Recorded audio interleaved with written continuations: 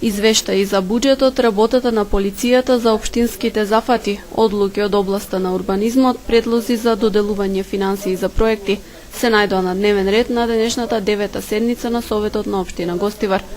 Советниците изгласаа одлука за издвојување на околу 250.000 денари од општинскиот буџет за изградба на трафостаница во населбата Бањешница, а го поддржаа и предлогот со кој на основното училиште Гоце Делчев му се доделуваат 1,5 милион денари за проектот за енергетска ефикасност.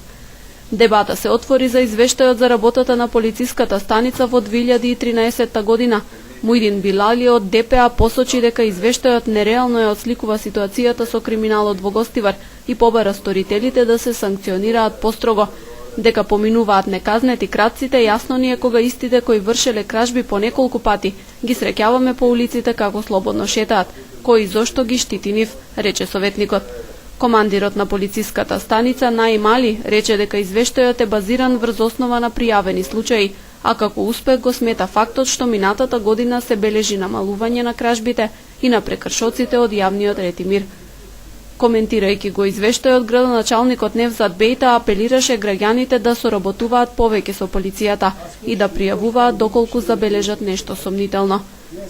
На седницата беше усвоена програмата за уредување на градежното земјиште, како и неколку одлуки поврзани со легализацијата.